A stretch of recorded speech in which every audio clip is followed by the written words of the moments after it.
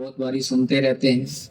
आदरणीय दीदी जी बहुत बहुत एक महान विशेष आत्मा है इस शहर के लिए तो खास, जहाँ अनेक लोगों से आपका मिलना होता है और आप हमेशा पूरा दिन एक योगी का जीवन क्या होता है उस प्रकार से अपनी दिनचर्या एक महान दिनचर्या व्यतीत करती हैं।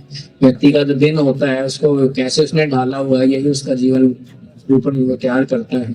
तो आप सुबह से लेके 3-3:30 बजे से लेकर के शाम को 10 बजे तक खुद भी उस हर्षित मुख अवस्था में, उस साधना की अवस्था में, सेवा की अवस्था में, जो भी 4 अवस्थाएं बताई गई है ज्ञान योग धारणा सेवा, उसमें आप उपस्थित रहती हैं। तो आदरणीय कविता जी जो पिछले लगभग 43-44 वर्षों से इस ईश्वरीय जीवन में अपने बाल्यकाल में ही आ गए थे और हमारे बीच अब एक योग शिक्षक के रूप में, राजयोग शिक्षक के रूप में उपस्थित है। तो आदरणीय राजयोगिनी कविता दीदी से रिक्वेस्ट है आज के दिन शुभ आशीष, शिव आशीष, शिवरात्रि के अनमोल वचन हमारे बीच रखेंगे आदरणीय दीदी से। ओम शांति।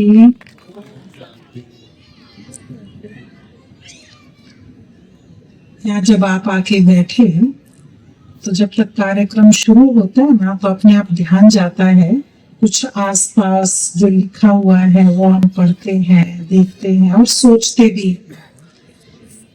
तो हमारे बीच आप सभी आज बहुत बुद्धिजीवी वर्ग यहाँ बैठा है और आप सभी चिंतनशील वो आत्माएं हैं कि जब कभी कभी भी जब भी दुनिया की परिस्थितियां आती हैं तो वो भी सिखाती हैं, उससे भी बहुत शिक्षा लेते हैं। कई बार घबराते हैं, कई बार दुखी होते हैं, कई बार वेस्ट थॉट्स का अंबार सिर पर होता है, लेकिन कई बार उससे फिर से सीखते हैं।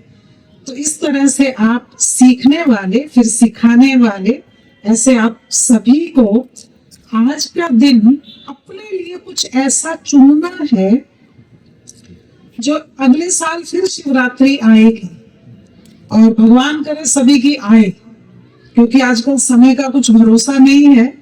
तो इसीलिए सभी अगली शिवरात्रि पर भी हम यूं ही मिले सभी, और हम सभी जो स्वस्थ मन और स्वस्थ तन की सबके लिए कामना करते हैं तो अपने लिए भी वो कामना करके देखें।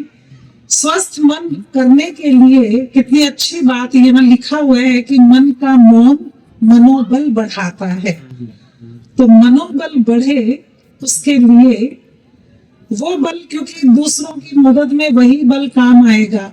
आप शरीर से, धन से, कुछ समय देकर भी ऐसे हमेशा मदद नहीं कर सकते।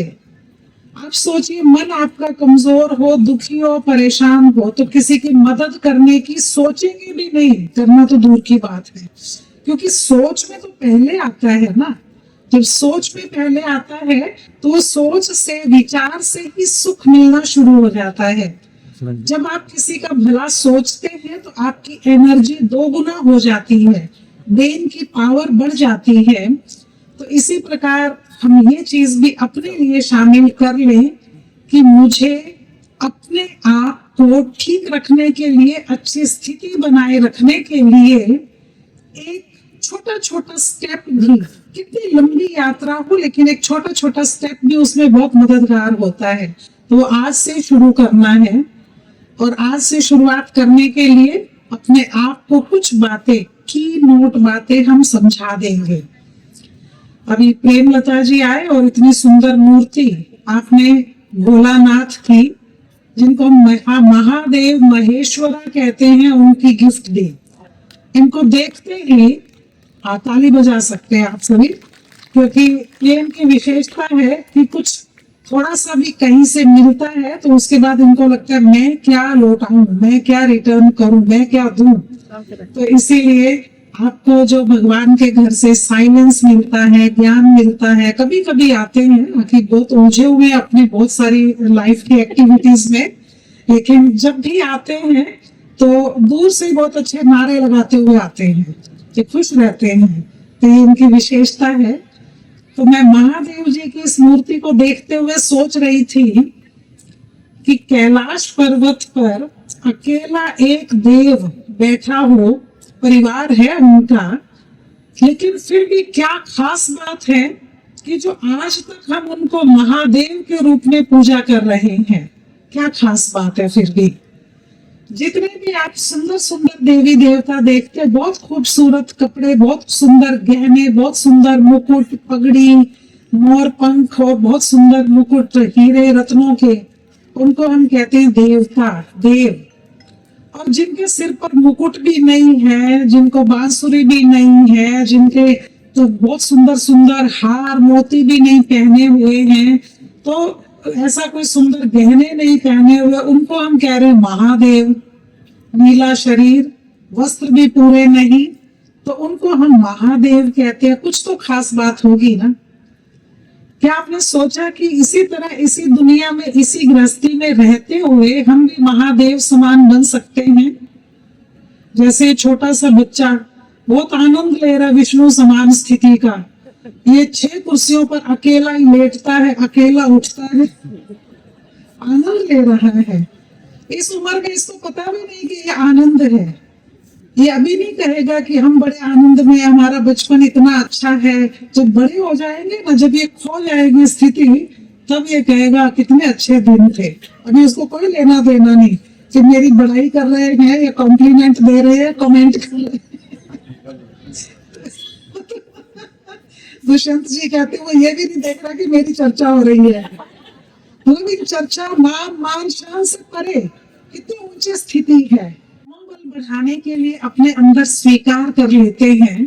तो वो कुछ बातें ये हैं कि जब भी हमारा मन साइलेंस में होता है तो हमें अपने पास बैठने का मौका मिलता है। क्यों ऐसा रिवाज बन गया कि मंदिर में, गुरुद्वारा साहब में कहीं भी जाते हैं तो बस दूर से ही आपने मत्था टेका, पैसा चढ़ाया, रुपए चढ़ाए, दूर से नमस्ते की, मुश्किल से 1-2 मिनट लगाते हैं। बस मंदिर में, गुरुद्वारे में, किसी भी शांत स्थान पर थोड़ा सा समय लगाते और वहां से भागने की करते हैं। और जब आप वापस मुड़ के जा रहे हो और भगवान आपको कहे कि ठहरो बेटा, इधर उधर देखते हैं, मुझे कहा है, फिर वो कहे ठहरो बेटा, मैं तुम्हारे लिए इंतजार कर रहा हूँ, सारा दिन बीत गया, तुम शाम को आए और वो भी सिर्फ 1 मिनट के लिए, तो आपको लगेगा फुर्सत कहाँ है? उस वक्त फुर्सत ही फुर्सत होगी जब ये प्रार्थना, प्यार, उपासना, प्रेम, ज्ञान, इसके अभाव में जब शरीर को बीमारियां लगती हैं, जब परेशानियां बढ़ती हैं, जब बेड पर पड़े होते हैं, तो फुर्सत ही फुर्सत होती है। तो क्यों नहीं अब चलते हुए शरीर में बहुत अच्छी गाड़ी चल रही है, बहुत अच्छा जीवन चल रहा है, इस बीच हम अपना समय निकाल लें और इस बीच हम अपने समय को परमात्मा के लिए, जन कल्याण के लिए अर्पित करें, तो कितना अच्छा होगा। तो वो महसूस नहीं होता, क्योंकि जब शांत और एकांत में बैठते हैं ना, तो अपने अंदर का शोर सुनाई देने लग जाता है। वेस्ट और नेगेटिव थॉट्स का शोर, वो इतना शोर होता है कि सुकून आता नहीं है, क्योंकि थोड़ी थोड़ी देर कभी कभी तो जाते हैं। इसीलिए उस शांति में बैठ के अंदर का शोर और अंदर की आवाजें सुनते हैं, उससे घबरा जाते हैं, इसीलिए उठ के भागने की कोशिश करते हैं। अगर आप शाम को यहाँ बैठे हैं, सोच के देखिए, अगर यहाँ नहीं बैठे होते तो क्या कर रहे होते घर में? आप समझ सकते हैं ना क्या कर रहे होते? प्रेम जी तो कह रहे सो रहे होते, सो रहे होते, या हाथ में खिलौना उस पर ऐसे ऐसे लगे होते हैं, या टीवी या कुछ। कहाँ कहाँ समय लगाते हैं और मन मौन होता ही नहीं है। उसे मौन होने की आदत डालनी है। बहुत बहुत उसमें आवाज है, बहुत शोर है, बहुत सोचता है। तो इसीलिए वो जो बातें जो भगवान कहता है कि माँ शुच, वो वाली बात तो याद ही नहीं आ रही है। सर्वधर्मानि परित्यज्य माम एकम शरणम व्रज। आखिर भी तो यही करना पड़ेगा कि सब देह और देह से जुड़े हुए धर्म, वो बातें, वो दिनचर्या, वो सब कुछ छोड़कर मुझ एक की शरण में आ जाओ। जब अंत में वही करना है, तो क्यों नहीं आज समय से पहले उस पर हम थोड़ा समय देना शुरू कर दें, ताकि उसकी आदत पड़ जाए, संस्कार बन जाए। अपने लिए समय देना, और जब भरपूर हो जाएंगे तो जन कल्याण के लिए समय देना। हम बहुत पहले स्वामी विवेकानंद जी के जीवन की एक घटना सुनी थी हमने। वो जब शिकागो में बहुत भारत की संस्कृति का बहुत नगाड़ा बजाकर और बहुत उसके मान को बढ़ाकर जब लौटे थे देश में, तो उन्होंने अपने गांव में जाने का सोचा। तो वो कोलकाता से जब उन्होंने अपने गांव में जाना था तो वहां एक नदी पार करके जाना था। अभी भी है वैसी ही नदी, वही नदी है, लेकिन अब तो साधन सुविधाएं बहुत हैं। तो उसमें लिखा हुआ था कि नाव वाला 1 पैसा लेता था एक यात्री को पार कराने के लिए। तो जब वो यात्री को पार कराना था तो उस दिन इतनी बरसात हुई थी कि अभी भी ड्रिजलिंग हो रही थी।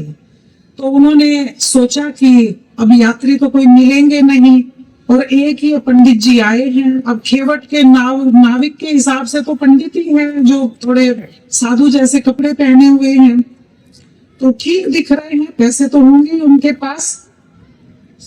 तो उन्होंने कहा कि पूछा भाई तुम मुझे लेकर चलोगे? तो उन्होंने कहा देखो सुबह से कोई यात्री नहीं मिला, मुझे कोई पार जाने वाला नहीं मिला, तो मैं 1 आना लूंगा पूरा, माना 6 पैसे, 1 आना लूंगा। तो भी बातचीत कर ही रहे थे कि एक बहुत अच्छे योगी वहां आए, तो उनकी भी वैसी अच्छी सी वेशभूषा थी, बड़ा उन्नत ललाट था, बड़ा सा तिलक लगा हुआ था, विवेकानंद जी से भी ऊंची कद काठी थी। तो विवेक वो भी नाव पार जाना चाहते थे, तो उसने कहा ठीक है 1 आना मैं दे दूंगा। विवेकानंद जी ने कहा, दोनों नाव में बैठ गए, पार जाने लगे। तो रास्ते में विवेकानंद जी ने उनसे बातचीत करके पूछने लगे कहाँ से आए, क्या किया। तो उन्होंने पूछा नरेंद्र नाथ, वो नरेंद्र के नाम से जानते थे सब उनको तब, नरेंद्र नाथ तुमने बहुत बहुत भारत की सभ्यता का डंका बजाया है विदेश में, लेकिन मुझे देखो मैं कुछ और भी करना जानता हूँ। अभी नाव में बैठने से पहले की ये बात है। तो उन्होंने कुछ सांस खींची और कुछ मंत्र उच्चारण किए और उस योगी ने जो उनके विवेकानंद जी के सामने खड़ा था अपने शरीर को इतना हल्का कर लिया, पत्ते जैसा हल्का, और वो पानी पर चल के गए, कुछ दूर तक चल के गए और वापिस आ गए। ये तो वाकई हैरानी की बात थी। तो विवेकानंद जी ने कहा अच्छा, तब तक नाव वाला आ गया था और वो नाव में उनको बिठाया और रास्ते में बातचीत करने लगे कि हे योगी राज, आपने ये जो सिद्धि है, शरीर को एकदम वेटलेस कर लेना और पानी पर चल के जाना, ये सिद्धि आपने कैसे प्राप्त की, कैसे हासिल की? तो उन्होंने कहा मैंने अपनी जिंदगी का बहुत समय लगाया है इस पर। मैं भी 70 वर्ष का हूँ और मेरी जिंदगी के 60 वर्ष मैंने ये सिद्धि प्राप्त करने में लगाए हैं। तो बहुत अच्छी बात है। ऐसी बात करते हुए जब पार उतरे तो 6 पैसे उनको दिए और फिर नरेंद्र नाथ जी ने, विवेकानंद जी ने उनसे बात की कि महाराज जो सिद्धि हासिल करने में आपने अपनी कीमती जिंदगी के अमूल्य जीवन के 60 वर्ष लगा दिए, वो तो मात्र 6 पैसे में खरीदी जा सकती है। ये बताइए कि इन 60 वर्षों में आपने स्व कल्याण क्या किया, परमात्मा के संग संबंध क्या जोड़ा, कितना जोड़ा, और उससे जन कल्याण क्या किया? आप पानी पर चलकर जा रहे हैं, इससे जन कल्याण कहाँ हो रहा है? आप सोच सकते हैं, विशेष आत्मा विशेष बात ही सोचती है। कोई नेल्स बढ़ा रहा है, कोई मूंछ बढ़ा रहा है लंबी लंबी, और उससे वर्ल्ड रिकॉर्ड बना रहे हैं। इतनी मेहनत, इतना ध्यान रखते हैं उस पर, एक भी बाल टूट ना जाए मूंछ का। अब सोचिए जन कल्याण कहाँ है? कोई बालों से ट्रक खींच रहे हैं, कोई कुछ कर रहे हैं। अब ये सारी चीजें, आपके पास मनोबल है, शक्ति है, वो शक्तियां कहाँ जा रही हैं? कि where attention goes energy flows, जहां आपका अटेंशन जाता है वही एनर्जी जाती है। आप अपने घर को बहुत सुंदर बनाकर रखना चाहते हैं, खूब सजा कर रखना चाहते हैं, आप जगह जगह के इंटीरियर डेकोरेटर्स को बुलाएंगे, पैसा खर्च करेंगे, अपनी बुद्धि लगाएंगे, आपका घर चमचमाता बंगला रहेगा। आप अपनी संतान को स्मार्ट और अच्छा बनाना चाहते हैं, अच्छे स्कूल्स में पढ़ाते हैं, पर्सनालिटी डेवलपमेंट कोर्स कराते हैं, बहुत कुछ सिखाते हैं, आपकी संतान कामयाब हो जाएगी, बहुत अच्छी नौकरी लग जाएगी, बहुत अच्छी पर्सनालिटी बन जाएगी। Where attention goes energy flows. इस सब से मैं अपने आप को सुखी और शांत कहाँ रख पा रहा हूँ? और जन कल्याण क्या हो रहा है? एक व्यक्ति, एक आत्मा जिसको परमात्मा ने अपनी शक्तियों से सजाकर भेजा है, सुसज्जित करके भेजा है, तो वो उन शक्तियों से कहाँ कल्याण कर पा रहा है? तो ये चेक करें हमारी शक्तियां स्वयं को स्थिर रखने के लिए और औरों का कल्याण करने के लिए है। पहला काम स्व कल्याण, स्वयं को स्थिर रख पाना, अडोल रख पाना। खुद ही जो हिलता रहेगा, परेशान होता रहेगा, वो क्या करेगा? वो जन कल्याण के लिए भी टेंशन ही लेता रहेगा, वो उसके लिए भी परेशान ही हो जाएगा। तो इसीलिए ऐसी समाज सेवा जिसमें आप ही हिल गए तो वो तो समाज सेवा भी नहीं हुई, फिर वो दिखावा होता है, फिर अखबार में नाम ढूंढते हैं और बहुत कुछ इसी में चला जाता है। तो अब अपने को चेक कर ले कि मन का मौन जरूरी है, इससे वो मनोबल बढ़ेगा जिससे स्व परिवर्तन हो सके। हम दुनिया को बदलने चले हैं, आज एक स्टेप अपने लिए शुरुआत कर दे, खुद को शांत रखने के लिए समय निकालें और महादेव की तरह या माथे पे चंद्रमा लगा के रखें सदा, वो शीतलता देता रहेगा। जब कोई आपकी बात काटता है, बुरी लगती है, कोई ओपोजिशन में बोलता है, बच्चे कहना नहीं मानते हैं, कोई टेंशन वाली बात दे देता, उसने उसको मेरी बात बताई और यहाँ पता चली और यहाँ आग लग गई, वो कहाँ गया चंद्रमा? आज ही कोशिश करें, आज महाशिवरात्रि का दिन है, धतूरा बेलपत्र सब चढ़ा दिया, लेकिन वो शीतलता मेंटेन करके रखें, आप चंद्रमा धारण करके रखें, ताकि आप भी उनकी तरह घर ग्रस्त परिवार में रहते हुए, पार्वती जी और अपने बच्चों के साथ रहते हुए भी शांत रह पाएंगे। इसीलिए नीलकंठ कहा गया, दुनिया में बहुत जहर है और यहाँ उगलना निगलना ही पड़ता है, तो इसीलिए वो नीलकंठ लेकर ही आप जिंदगी में जी पाएंगे। इसीलिए उनको महादेव कहा गया कि गले में सांप हमेशा है, लेकिन वो तंग नहीं कर रहे उनको, उनका श्रृंगार है। आप सब इतने समझदार बैठे, आपको पता आसपास कितने सांप जैसे लोग दिखाई देते रहते हैं, बात बात पे डंक मारते भी रहते हैं, लेकिन अगर आप उनके डंकों से प्रभावित हो गए, उनके डसने से, तो फिर यहाँ मुरझाए तो आपका पूरा गुलदस्ता मुरझा जाएगा। आपका गुलदस्ता मीन्स आपका परिवार, आपको जानने वाले, पहचानने वाले, वो फोन करते हैं कि आप बड़े खुश दिल हैं, बड़ी अच्छी बात बताएंगे, लेकिन फोन किया तो पता लगा आप ही मुरझाए हुए हैं, बस यार गल ना कुछ। और उसके बाद लंबी कथा। तो अब आप सोचिए कि मेरी स्थिति खराब है तो समाज का क्या होगा? मैं धुरी हूं, अगर ये बात समझ में आ जाए कि मैं ही आधार मूर्त हूं, तो मेरा मनोबल औरों का मनोबल भी बढ़ाएगा। अपने आप को बार बार आदत डाले कि इस दुनिया में एक्टिंग करने आया हूँ, रोल पूरा हुआ, खुद को समेट में, ये प्रयास करेंगे तो आपको खुद महसूस होगा कि आप जितना अंदर शांत है उतना बाहर शांति का ऑरा बनेगा। हम बाहर शांति ढूंढने जाते हैं पहाड़ों पर, यहाँ वहां जगह पैसा खर्च करके, भीड़ में से निकलकर, पेट्रोल ये वो खर्च करके, प्रदूषण फैलाकर, आपको जरूरत ही नहीं पड़ेगी, आप घर में अपने कमरे में भी उतने शांत रह सकेंगे। कब तक भागेंगे? एक उम्र ऐसी आ जाएगी जब यात्राएं भी आप सूट नहीं करेंगी आपको, क्योंकि कसौली तक जाने के लिए भी, शांत रहने के लिए भी आपको बहुत यात्रा करके जाना पड़ेगा, उसमें भी परेशान होने लग जाएंगे। इसीलिए अंदर से सन्नाटा, बाहर शांति का ऑरा बनाएगा, क्योंकि आप शांति के सागर के बच्चे हैं।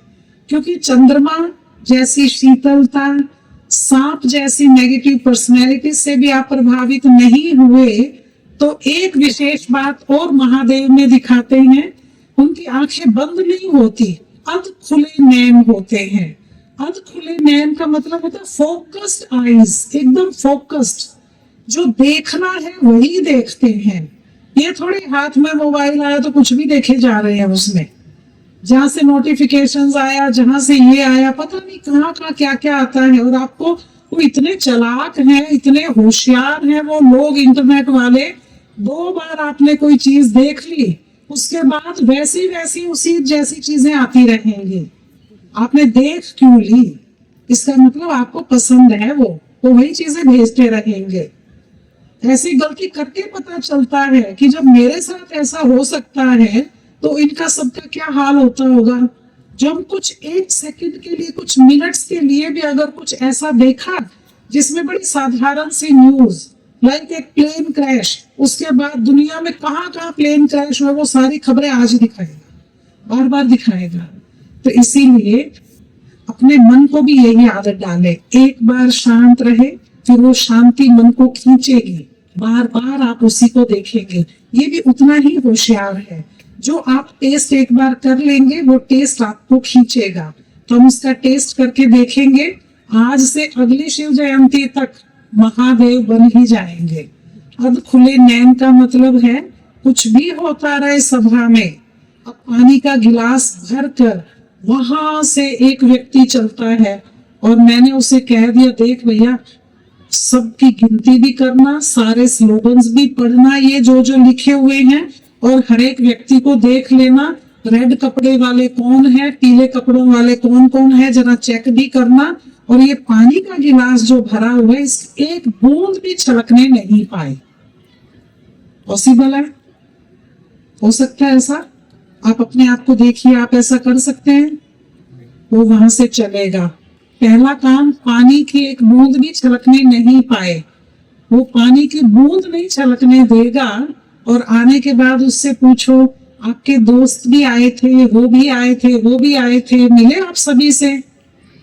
वो कहेगा, जी मैंने तो नहीं देखा, है ना, वो इधर वाले पड़ोसी, उधर वाले पड़ोसी सब आए थे, आप मिले उनसे? नहीं जी, मैंने हेलो नहीं की उनसे। क्यों?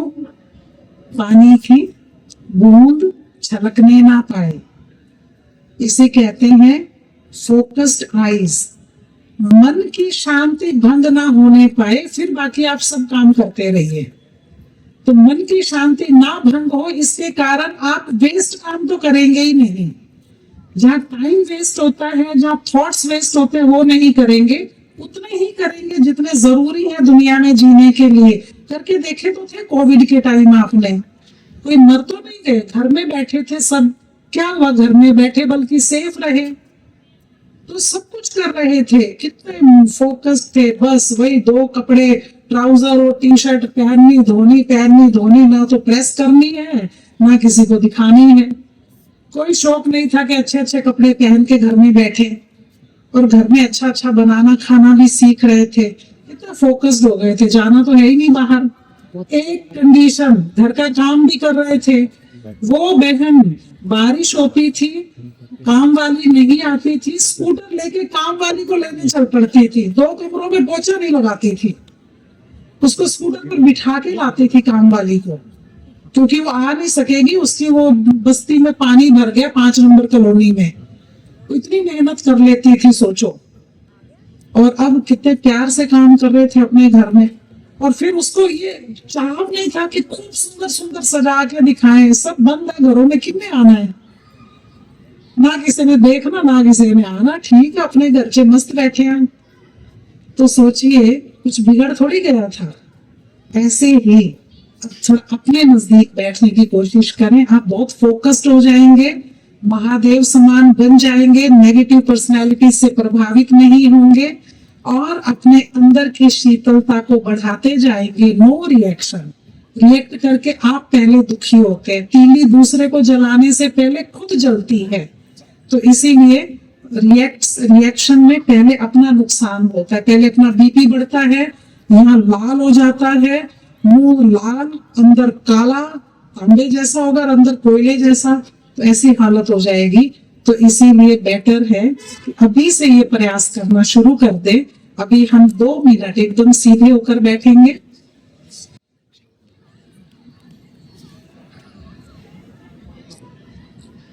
और अपने आप को महसूस कराएंगे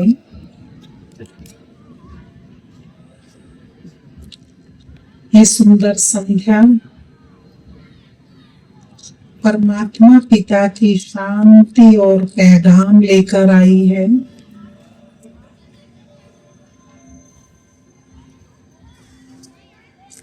प्रतिदिन संध्या के समय आधा घंटा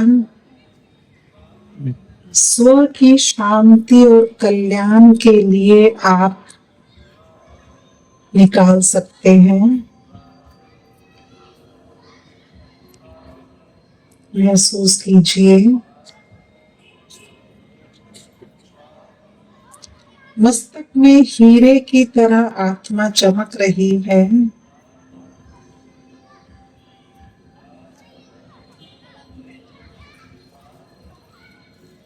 आत्मा की एनर्जी पूरे शरीर में महसूस करें।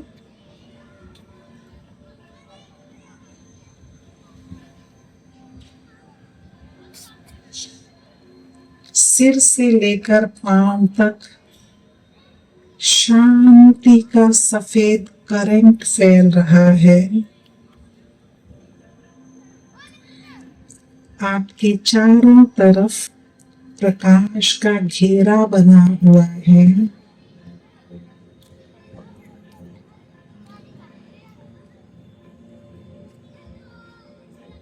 अपने आप को कह दें, मैं शांति के सागर की संतान,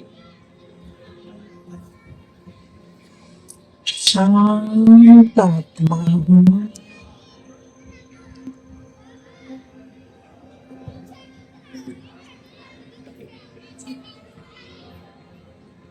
प्रेम के सागर की संतान, प्रेम स्वरूप आत्मा हूँ।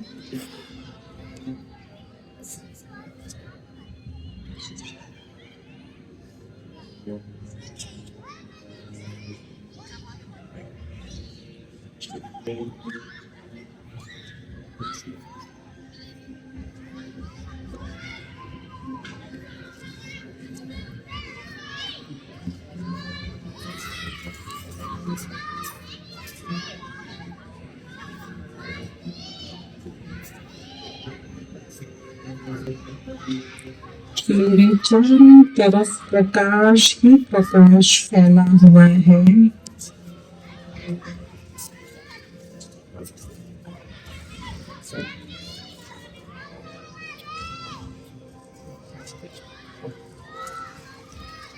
मैं हर एक आत्मा को प्रकाशित करने वाली तेजस्वी आत्मा हूँ। फील करें, इसी दुनिया में, इसी गृहस्थी और परिवार में रहते हुए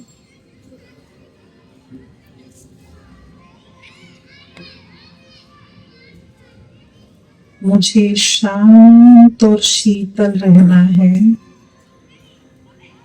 मन स्थिर, तन स्वस्थ।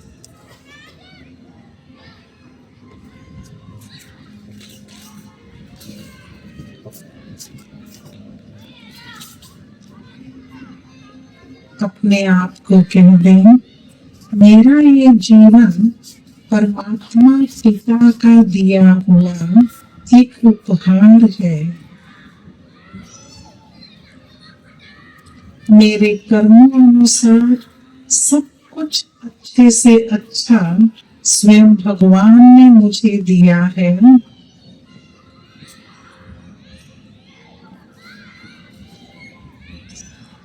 मैं शांति के सागर की संतान, शांत आत्मा हूँ।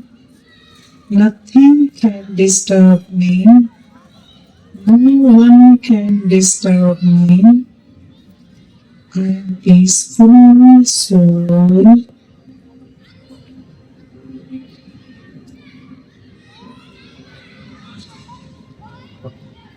सभी एक साथ ओम की ध्वनि करेंगे।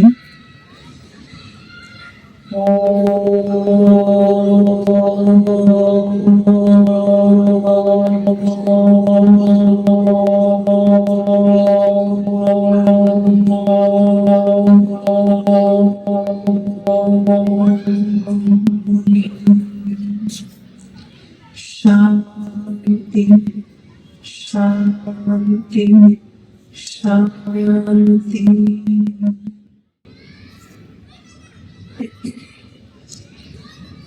इस सुंदर प्रयास को दिन में कई बार आप कर सकते हैं और आज महाशिवरात्रि के दिन से लेकर अगली महाशिवरात्रि तक 1 वर्ष का अपना कार्यक्रम खुद बनाएं। उस एक्शन प्लान देन इम्प्लीमेंटेशन, मुझे ये करना ही है तन को स्वस्थ रखने के लिए, उससे ज्यादा मन को शांत रखने के लिए। तन को स्वस्थ रखने के लिए रोज बादाम भी खा रहे, आंवला भी खा रहे, एप्पल भी खा रहे, लेकिन लड़ भी रहे हैं, झगड़ भी रहे हैं, टेंशन में भी है, तो कोई फायदा नहीं। तो इसीलिए उसको पहले मन को प्रायोरिटी दें, तो ऐसा आपका जीवन हंसता मुस्कुराता संतुष्टिजनक जीवन बने। आज महाशिवरात्रि के दिन आपको ऐसे अच्छे जीवन के लिए, महादेव समान बनने के लिए हार्दिक मंगल कामनाएं। ओम शांति। बहुत बहुत बहुत शुक्रिया।